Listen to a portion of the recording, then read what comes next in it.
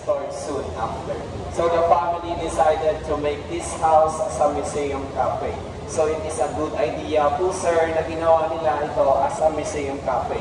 At least ngayon po, may trabaho ako. Anyway, let's proceed here sir.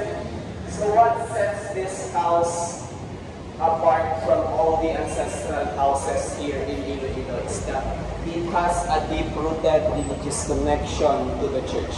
So this house has a story to tell and I promise you sir that there is no house like it here in Iloilo. So let's start at this door, sir. Back in 1900s, there is no doorbell before. So instead of doorbell, they use this metal. And with this metal, it has a room here that is connected upstairs. So whenever there is a visitor here, they will tap like this. And it will give signals to the servant upstairs. And then the servant will go to the balcony of the house and check if who are the visitors here outside. And then he will pull the rope, and then this door will eventually open for the visitors. So kung ganito po yung batayan ng pag-open po ng mga pintuan sa visitors, so malas po ng visitors kung bingi yung servant sa itaas. Baka bukas pa po sila makakapasok. Anyways, this one at your left, that is the picture of the house on its earlier days po. And this one at your right naman po, that is the architectural plan of the house during the rehabilitation. So mabuti pa yung bahay, sir, may plano, pero ako wala pong plano sa buhay ko. Gusto ko na lang po magpampon sa may-ari ng bahay nito. Anyways, Aro Cathedral was built in 1868 po. Here in this picture, you can see the tombstone of Don Manuel Arguelles. So, sino po ba si Don Manuel Arguelles? He is the former mayor of the city of Haro po.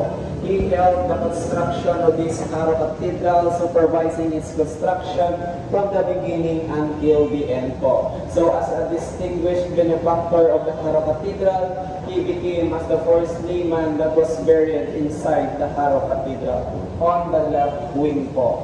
And most importantly, he is the father of Doña Agatona Arguelles de Calandoni po. So si Doña Agatona, siya rin po yung nagpatayo ng terrace na ito sa isang rason lang po. Gusto niyo po bang malaman? Ang rason niya po is ayaw niya lang pumabasa tuwing nagsisimba po siya. Anyways, let's go here to upstairs po. So these stairs po are almost a century old po. This is made of Philippine mahogany. This one. So on this side, makikita po natin dito yung statue ni Our Lady of Candles or the Nuestra Señora de la Candelaria, the patron saint of Haro and also the Western Visayas. It was commissioned in Manila po by Doña Agatona.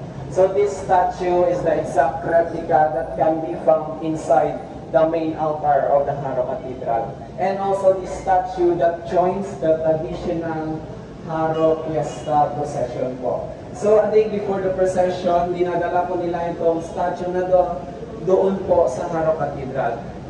And then they will place it on a karosa embellished with the fresh flowers and bright lights po para sa procession.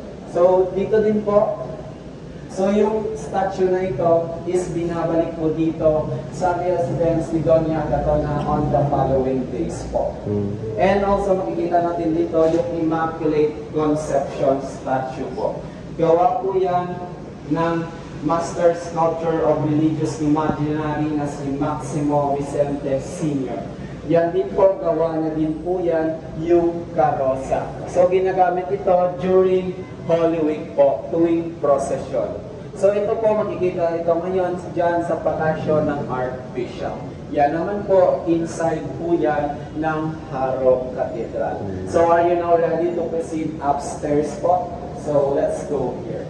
Follow nyo lang po ako. So for the information of everyone, Haro Fiesta is celebrated during February 2 po. So this stairs is composed of 16 steps. So wag niyo na pong bilangin dahil nabilang ko na po yan. Anyways, The floorings of the house are also made of Philippine mahogany. So let's proceed here po. So first and foremost, I want to give you a family history of Doña Agatona and Don Roberto Halandoni, kung saan po ako nanggaling. Anyways, so Doña Agatona is the one who built this house along with his husband, Don Roberto Halandoni. And they were blessed with one child, and that is Mr. Carlos Halandoni Sr. At saka yung lalaking nasa itaas po ni Don Roberto ay ang kanyang kapatid na si Don Fausto L. Halandoni po. So apat po sana kaming gwapo dyan, nakalimutan ko lang ilagay yung litrato po. Anyways, Carlos Halandoni Sr. was married to Ma'am Cecilia Montinola de Halandoni po. And they were blessed with 5 children. Pero ngayon po, isa na lang po yung natira, and that is Ma'am Jean Gustilo po. So, pero wala siya dito ngayon. So, ako na lang po muna magmamanage ng bahay na ito. Anyways, so now, I want you to focus to this very important medal, the Pro Ecclesia Medal. So, Pro Ecclesia Medal was granted to Doña Agatona year 1939 po. So, katabi po niyan is yung original veil na makikita po dito sa portrait na ito. And now, Pro Ecclesia Medal po is granted by the Pope of the Catholic Church in recognition for their continuous piety, charity, and material help to the Church po. So, may dalawang batayan po ng pagbigay ng Pro Ecclesia Medal. Yung number 1 po is kung benefactor ka po ng simbahan. And also, the number 2 po is whole your life nag-serve ka po sa simbahan katoliko. So this one, I want you to focus, or I want to introduce to you Bishop James McCloskey. So sino po si Bishop James McCloskey? Hindi ko rin po alam. Anyways, Bishop James McCloskey is the longest serving bishop of Harrow. He served from 1920 to 1945. And he is the 4th and the last American bishop that was served the Harrow Cathedral. He awarded the Pro Ecclesia Medal to Doña Agatona, as we can see here in this picture. And ito din po, sa corner na ito, makikita din po natin dito yung libro which theme as Houses That Sugar Built po.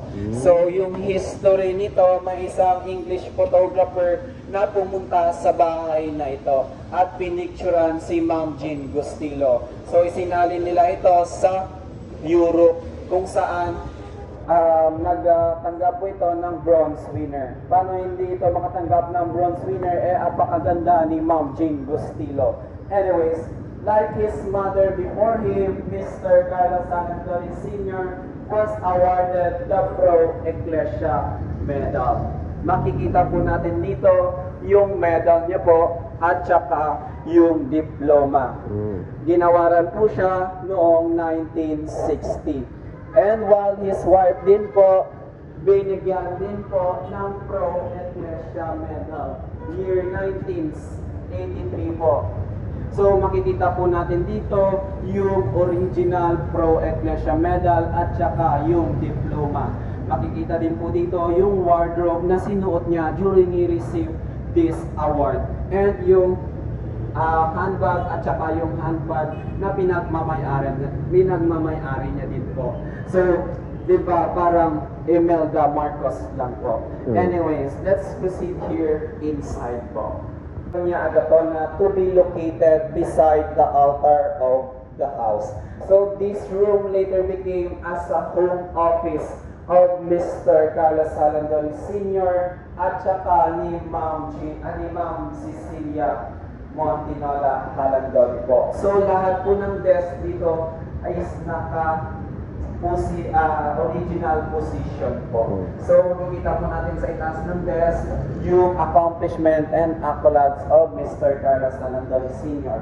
which is siya po yung chairman, founder, at saka yung president noon ng Museo Iloilo. Makikita din po natin dito yung blanket that was owned by Doña Agatona. So yung history po niyan, whenever Doña Agatona was asleep, her nurses and aides po would pass the time hand sewing the initials of Doña Agatona sa blanket. So mabuti na hindi uso yung cellphone noon, dahil kung uso yung cellphone noon, nagti-TikTok na po sila.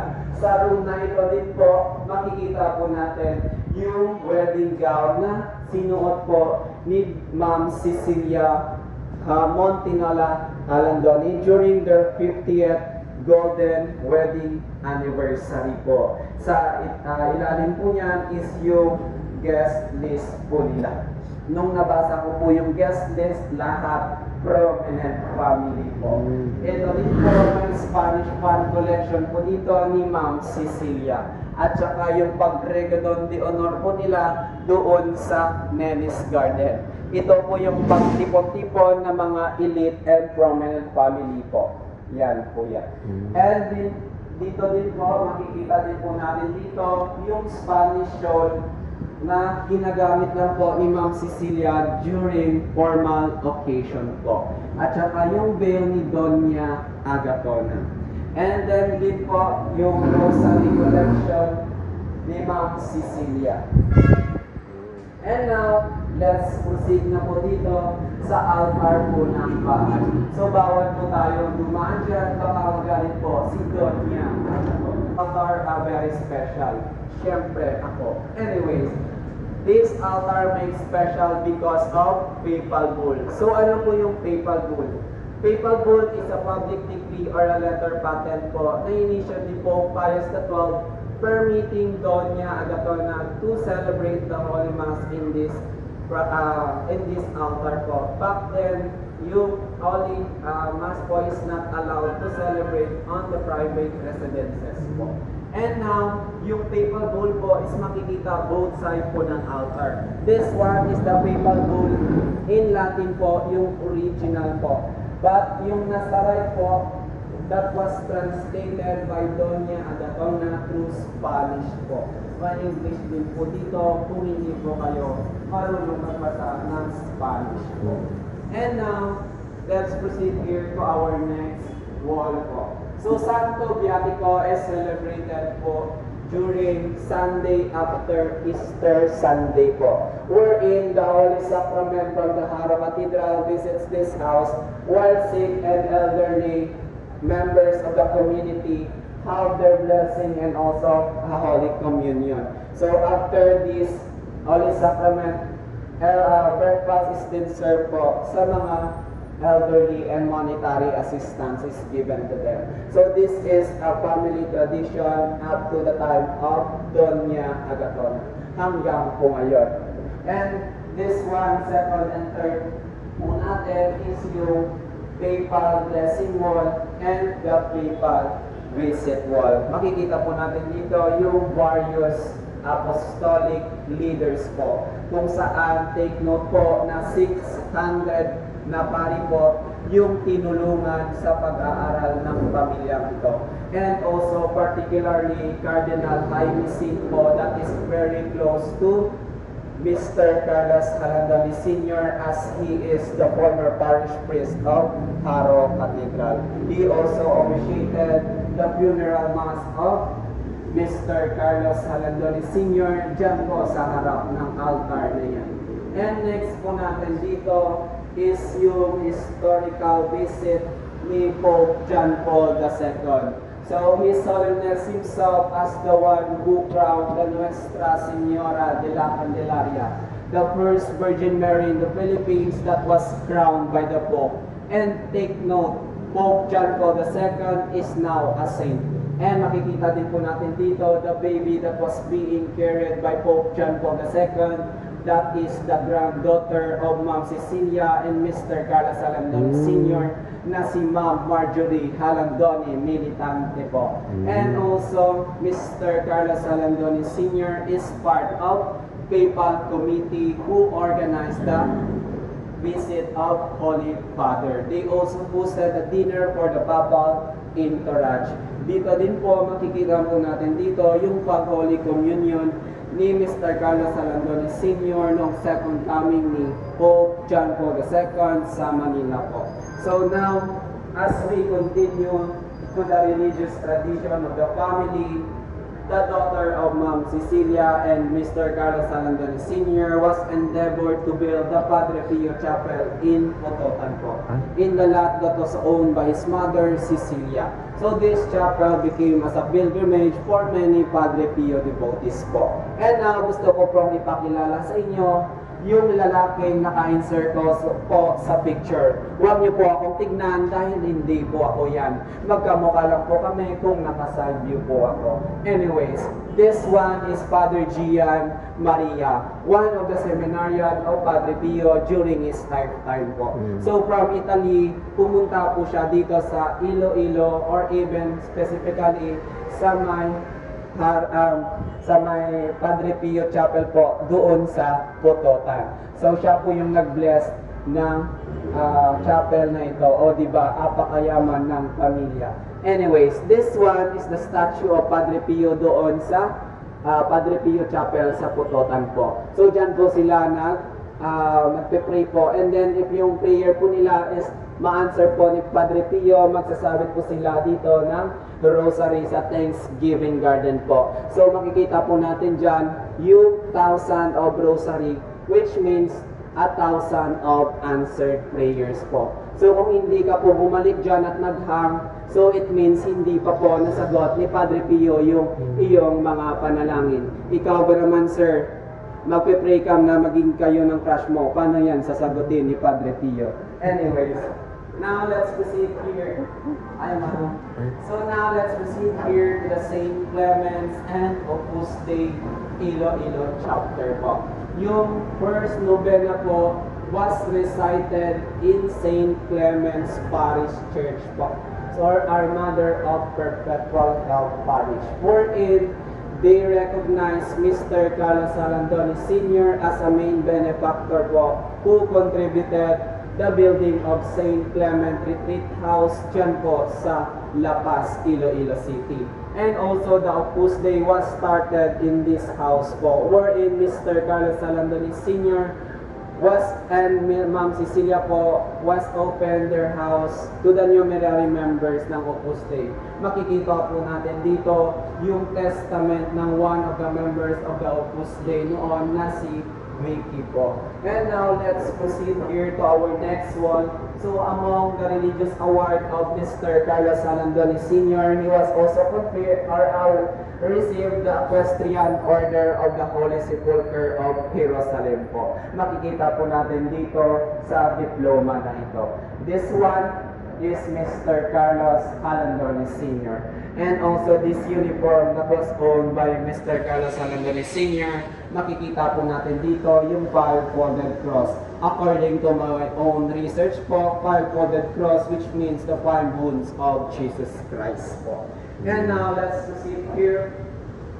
Mr. Carlos Salandoni Sr. was also conferred the Order of Saint Gregory. So this honor is given to the individual for personal help to the Catholic Church through their unusual labor and how they set examples to the country and also for the community po. And now, let's proceed here to our next wall po. And the last wall po natin is yung Knights of Columbus Wall, wherein Mr. Carlos Salandoni Sr. is an active member of the Knights of Columbus, the world's largest Catholic family fraternity service organization, wherein Mr. Carlos Salandoni Sr. was awarded as a Knight of the Year, year 1982 po. And now, let's proceed here inside. Sundan niyo lang po ako.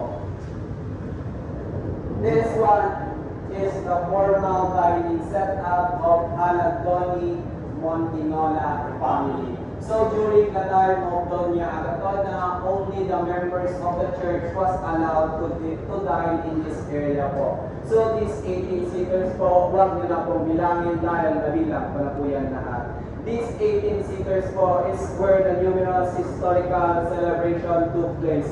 And one of the most significant celebration that was happened here is that the the papal entourage or Pope John Paul II. Next po is yung last reception ng Apostolic Nuncio of the Philippines. And last po is yung monthly meeting ng BBC or the Bishop Businessman Conference, Iloilo and Bacolod chapter. Makikita din po natin dyan yung China Cabinet. This is where collection po ng tableware ng mother po ni Ma'am Cecilia at si Ma'am Salud Montinola po. Yan po. So sundan na lang po ako dito. Let's proceed here po sa corridor po ng bahay.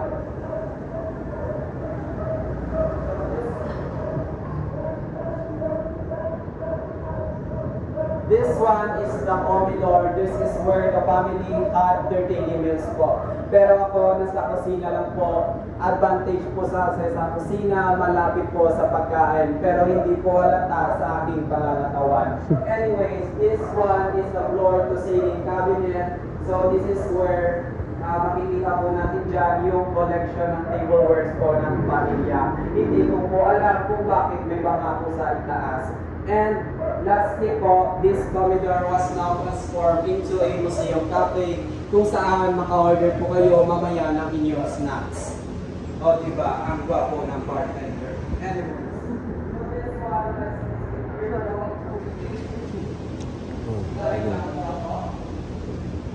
So this one, as what I've said po kanina, yung bahay nito was partially damaged during the World War II. So, all the contents of this house were looted, including the plates po. So, later, Doña Agatona is plates that was sold on the street po. So, binili niya po ito at saka binalik po sa bahay na ito. May kasabihan din po dito na truly what belongs to you comes to you. Naniniwala po ba kayo dyan, ma'am, sir? Ako hindi. Dahil ba? Bakit ba?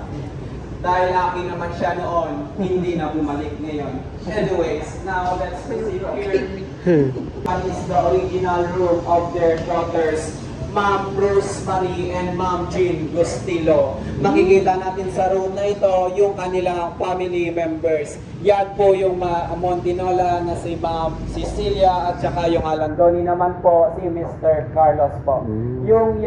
Yung eldest brother po nila is si Mr. Joe Marie Alandoni. Sinusundan po yan ni Ma'am Rosemary Alandoni. Yung ikatlo po at pinakamaganda si Ma'am Jean Gustilo. Yung ikaapat po si Mr. Carlos Alandoni Jr. at saka yung youngest brother po nila na si Miguel Angel, nakalauna namatay 6 years old po. And now, let's proceed here sa room na ito. Makikita din po natin yung memorabilia ni Mr. Carlos Alandoni Sr. at saka ni Ma'am Cecilia Montinola Alandoni. Makikita po natin dito, hindi naman po halata na mahilig si Mr. Carlos Alandoni Sr. sa gold po. And now, makikita din po natin dito, mahilig din po si Ma'am Cecilia sa mahjong. Kayo po ba, ma'am? Saan po kayo mahilig? Ako, mahilig akong magmahal ng tao, hindi ako mahal. Anyways, let's proceed. Here po, makikita din po natin dito sa room na ito, yung coin collection ni Mr. Carlos Alandoni Sr. po. Ito po yung coin collection ni Mr. Carlos Alandoni Sr. Huwag niyo na pong itanong sa akin kung saan nanggaling dahil hindi ko din po alam. Anyways, partial pa lang po yan, hindi pa po nalagay lahat dahil wala na pong espasyo. And now, this room later became as a recreational room for their grandchildren. Take note that this is the only house that has a straight view to the Haro Cathedral po. And now this room later became as a museum cafe where you can enjoy the beautiful view of Haro Cathedral and also the Haro Plaza. So that's all our tour. Once again, my name is Ingrid Stigalina po. Nagsasabi po ako, that's all po. So kung may mga tanong po kayo, don't hesitate to approach me po. Thank you very much. Thank you. Thank you.